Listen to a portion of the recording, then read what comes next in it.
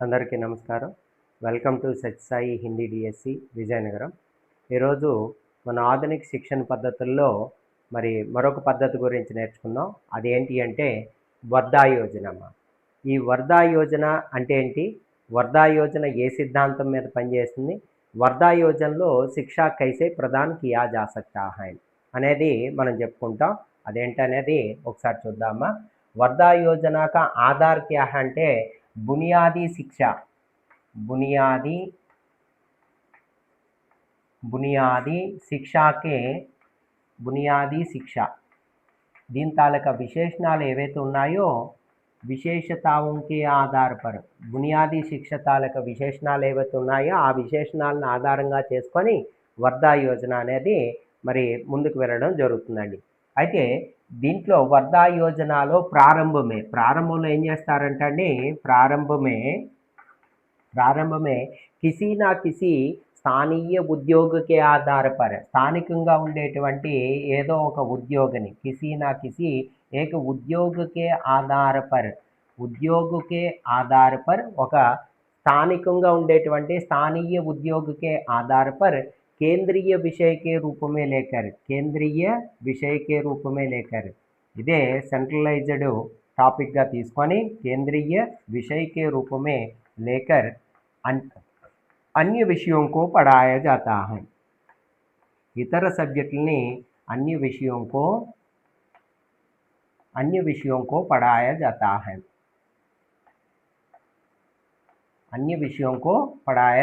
है.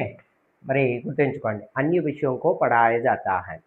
మరి ఆ విధంగా అన్య విషయాల్ని బోధించడం అంటే ఏదైనా ఒక ఉద్యోగిని ఆధారంగా చేసుకొని కేంద్రీయ విషయంగా తీసుకొని దాన్ని ఆధారంగా చేసుకొని ఉద్యోగికి ఆధారపడి అన్య విషయంకో పడానా క్యా కలాతా అని అంటాడు. దాన్ని ఏమంటామంటే అన్నమ్మా సమవాయ్. దాన్ని ఏమంటారమ్మా సమవాయ్ కాలాతా హై. దాన్ని ఏమంటారమ్మా సమవాయ్ అంటే ఏంటో చూద్దాం. సమవాయ్ అంటే ఇప్పుడు ఫర్ ఎగ్జాంపుల్ కుమ్హార్ అనేటువంటి ఒక చేతి వృత్తిని తీసుకోండి, ఒక గరేలు ఉద్యోగం తీసుకోండి. కుమ్హార్ అంటే ఎవరు? కుమ్హార్ కుండలు తయారు చేసేవాడిని ఏమంటారు? కుండలు తయారు చేసేవాడిని దీన్ని వృత్తిని ఆధారంగా చేసుకొని తెలుగు, అలాగే హిందీ, నెక్స్ట్ అలాగే ఇంగ్లీష్, అలాగే మ్యాథ్స్ అంటే తెలుగు, హిందీ, నెక్స్ట్ అలాగే అంగ్రేజీ, తర్వాత గణిత్, తర్వాత విజ్ఞాన్, తర్వాత సామాజిక విజ్ఞాన్, సమాజ శాస్త్ర లేదా సామాజిక విజ్ఞాన్. ఈ విధంగా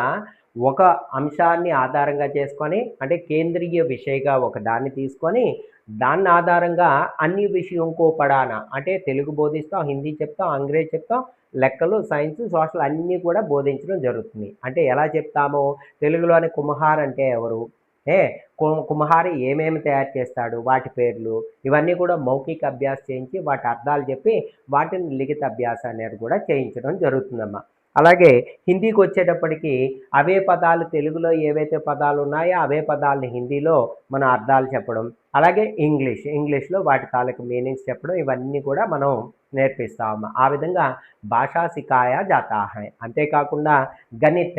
గణితం ఎలా నేర్పిస్తాం? ఒక కుమ్మరివాడు రోజుకి 30 కుండలు తయారు చేసినట్లయితే 2 రోజుల్లో ఎన్ని తయారు చేశాడు అన్నా అనుకోండి, అప్పుడు 60 అని గుణకారము. అలాగే 30 కుండలు నిన్న తయారు చేశాడు, ఈరోజు 20 కుండలు తయారు చేశాడంటే 50 కుండలు అంటే టోటల్. ఈ విధంగా కూడికలు, తీసివేతలు, అలాగే ఒక కుండని 5 రూపాయలకి అమ్మితే 2 కుండలను అమ్మితే ఎంత వస్తుంది, ఆ విధంగా గణిత్ కూడా నేర్పిస్తాం. విజ్ఞాన్ అంటే ఏ మిశ్రమాల కలయికతో ఏ మిశ్రమాలతో మట్టి తయారు చేస్తారు అంటే కుండను తయారు చేస్తారు అంటే అక్కడ మట్టి ఎంత శాతం నీళ్ళు వేయాలి, నెక్స్ట్ చక్రం తిరగడానికి ఏ సూత్రం పనిచేస్తుంది, ఇవన్నీ కూడా మనకు అక్కడ సైన్స్లో నేర్పిస్తాం. అలాగే సామాజిక శాస్త్రంలో సమాజంలో ఉండేటువంటి చేతి వృత్తులు ఎవరెవరు, వాళ్ళు ఏ వృత్తులు వాళ్ళు ఏమేమి తయారు చేస్తారు, ఆ విధంగా తయారు చేసే సమాజంలో ఉండేటువంటి కుమ్హార్ అనేవాడు ఏ విధంగా తయారు చేస్తాడు. అలాగే మట్టిలో రకాలు, ఎర్రమట్టి, నల్లమట్టి అనే రకాలు, ఏ మట్టిలో నీళ్ళు చల్లగా ఉంటాయి, ఇవన్నీ కూడా మనకు అక్కడ చెప్పడం జరుగుతుందండి. ఈ విధంగా किसी एक केंद्रीय विषय के आधार पर किसी एक उद्योग के आधार पर केंद्रीय विषय के आधार पर अन्य विषयों को पढ़ाना क्या कहलाता है? సమవాయ कहलाता है ఏమంటామా సమవాయ అని అంటాము ఓకేనమ్మా ఇది ఈ విధంగా సమవాయ అని చెప్పి అంటాం అయితే ఇది ఏ సిద్ధాంతం మీద పనిచేస్తుంది ఈ వర్ధా యోజన అనేది ఏ సిద్ధాంతం మీద పనిచేస్తుంది అనేది ఇప్పుడు చూద్దాండి మరి ఇది ఏ సిద్ధాంతం మీద ముఖ్యంగా పనిచేస్తుంది అంటే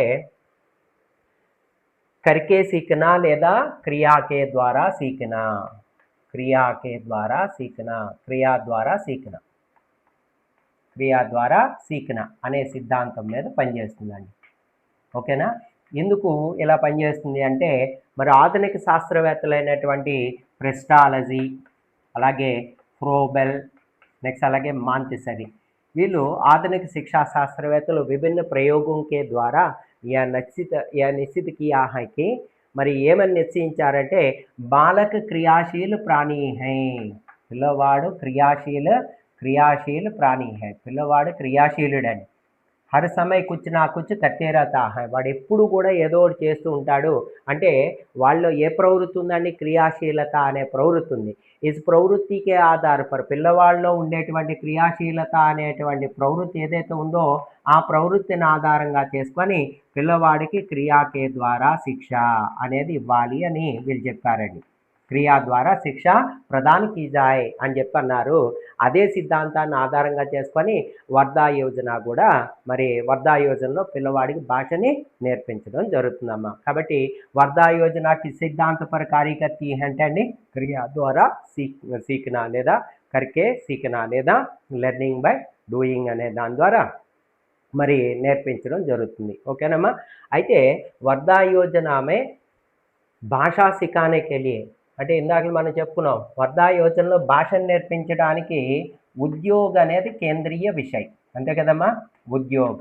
ఉద్యోగ అనేది ఒక కేంద్రీయ విషయంగా తీసుకున్నాం దాన్ని ఆధారంగా చేసుకునే అన్ని విషయంకు పడాయా జాతా అని చెప్పుకున్నాం అయితే అన్ని సందర్భాల్లో ఉద్యోగకే ద్వారా అన్ని విషయంకు నహి పడాయా जा सकता है అని చెప్పంటాం కదమ్మా కాబట్టి ఉద్యోగకే ద్వారా జహాं पर अन्य विषयों को नहीं पढ़ाया जा सकता है वहाँ पर अन्य दो साधनों को अपनाते हैं మరి రెండు సాధనాలు ఉపయోగిస్తాం అవేంటి అంటే అండి సామాజిక వాతావరణం రెండోది ఏంటి అంటే ప్రాకృతిక వాతావరణం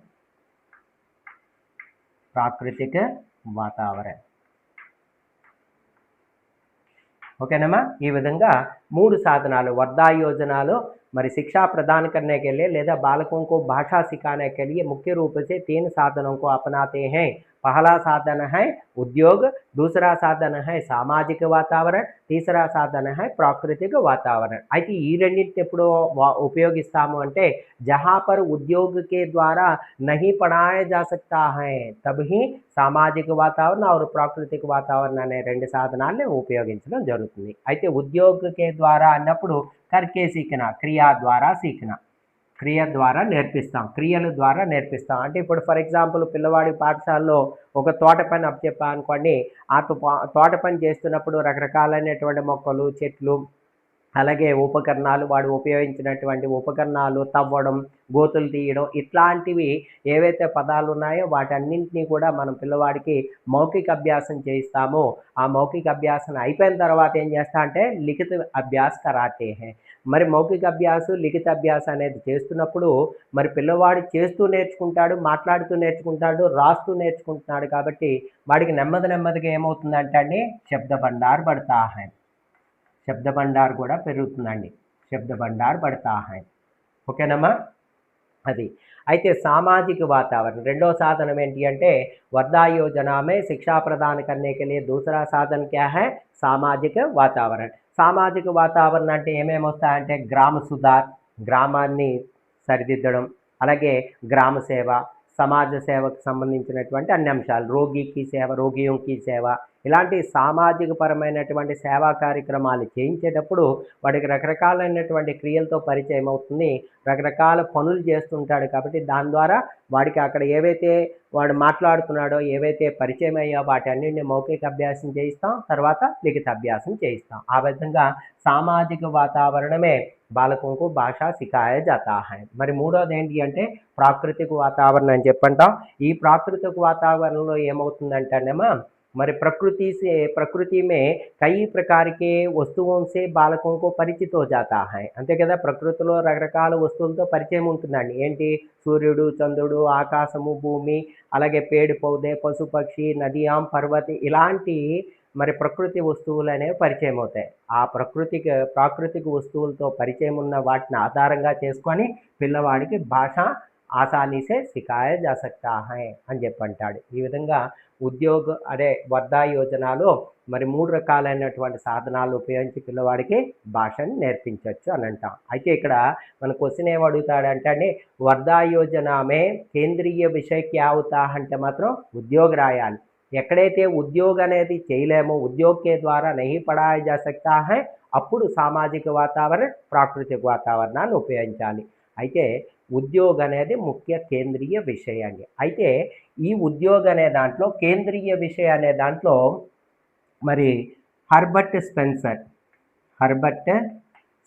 అండి हर्बर्ट स्पेंसर ने केंद्रीय विषय के रूप में అంటే वर्धा योजना के द्वारा शिक्षा प्रदान करने के लिए हर्बर्ट स्पेंसर ने केंद्रीय विषय के रूप में इतिहास को ले लिया ఇతిహాస్ అంటే చరిత్రని కేంద్రీయ విషయంగా తీసుకొని ఇతర సబ్జెక్టులను బోధించడం జరిగిందండి నెక్స్ట్ అలాగే మనకి కర్నల్ పార్కర్ అండి ఈ పార్కర్ అనేవాడు ప్రాకృతిక విజ్ఞాన్ ఇదమ్మా ప్రాకృతిక విజ్ఞాన్ मरी वर्धा योजना में शिक्षा प्रदान करने के लिए पार्कर महाशय ने प्राकृतिक विज्ञान को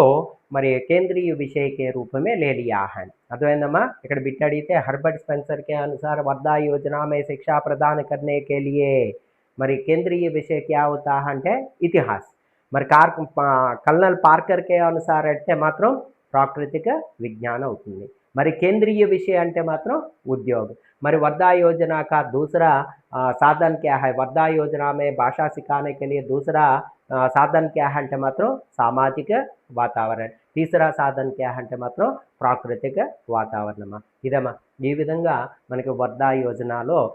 పిల్లవాడికి భాష సిఖాయా జా సక్తా హై అని చెప్పంటాం కాబట్టి చాలా ఈజీగా ఉంటుందమ్మా ఈ విధంగా మనం చదువుకున్నట్లయితే ఇందులో ఏ బిట్ ఇచ్చినా మనం తప్పు లేకుండా ఆన్సర్ చేయడానికి అవకాశం ఉంటుంది ఓకే థ్యాంక్ యూ